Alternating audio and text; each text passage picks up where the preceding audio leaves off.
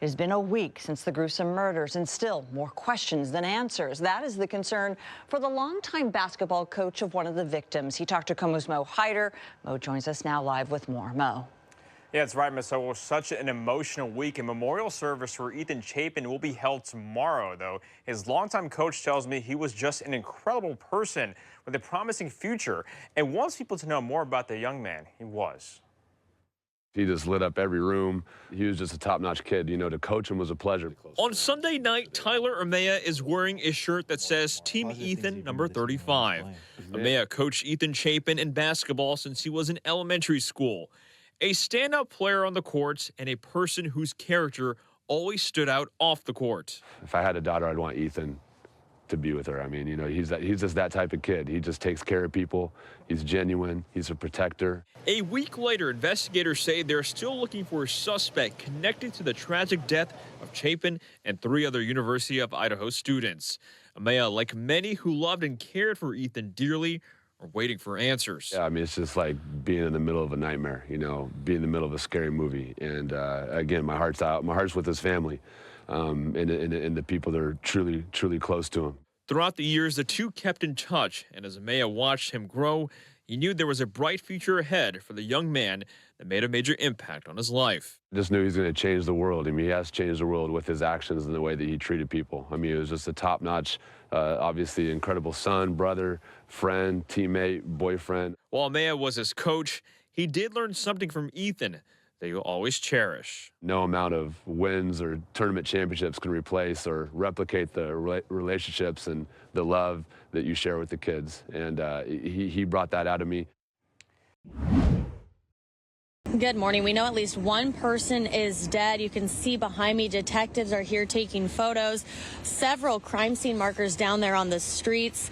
Right now we are outside the Bay Club Apartments. South 224th Street between Pacific Highway and 24th Avenue South is shut down and will be closed for the next several hours. We first received confirmation from police that one person was shot last night around 9:30 outside the Waterview Crossing Apartments, which is about half a mile away from where we are. While investigating that homicide, Des Moines Police say they discovered the shooting may have happened near the Bay Club Apartments, which is where we are standing. Currently, we do not know what police are investigating at this location, but there is a very heavy police presence, and this road will be blocked off for the next several hours. It's also been a very busy night for Des Moines Police.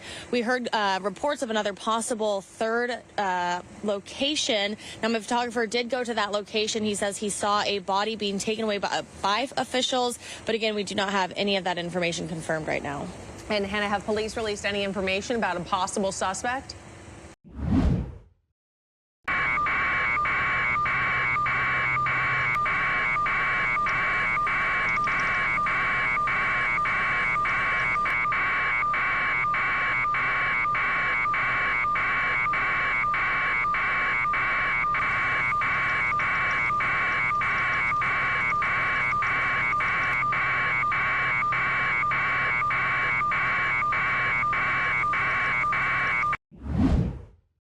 Residents of Seattle's Wedgwood neighborhood are voicing concerns after a church announced it wants to host a temporary tent city for the homeless. While many support the idea, others say they do understand the church's intentions, but they don't feel this is the best way to help. KOMO's Mo Hyder has more. I feel like the neighbors here really haven't been heard by the church. We've voiced our concerns. James Wong's home is right behind the University Unitarian Church in this Wedgwood neighborhood. He says through a letter in the mail, he found out the church was looking into hosting a tent city. Wong feels they're well-intentioned, but also has his worries about it being so close to homes. This is a neighborhood that has young families. There's a lot of kids walking around. A lot of the kids walk to Eckstein Middle School and Roosevelt High School, and you know, safety will definitely be a big concern. We reached out to the church for comments and didn't get a response. A post on their website from earlier this week said they shared people's thoughts and concerns with their board. Some neighbors we spoke with are in favor of a tent city possibly coming to their neighborhood. I think the church is doing a good thing, so I'm personally supporting it. Others who do support it say it needs to be more than just an option for housing. I think that better access to mental health care has to be done. Rehab has to be more accessible for people who struggle with addiction. Seattle City Council member Alex Peterson, who represents this district, weighed in on a blog post and wrote, "Unfortunately, Tent City 3 provides no formal case management services for its residents and does not measure outcomes such as how many people transition successfully into permanent housing." Jessie Walsh is house sitting for her mom. She has a different perspective after living near Tent City before. The crime thing was really not an issue. They kind of, like I said, kept to themselves and they, kept their area clean. And, it was just a lot better than I thought it was going to be.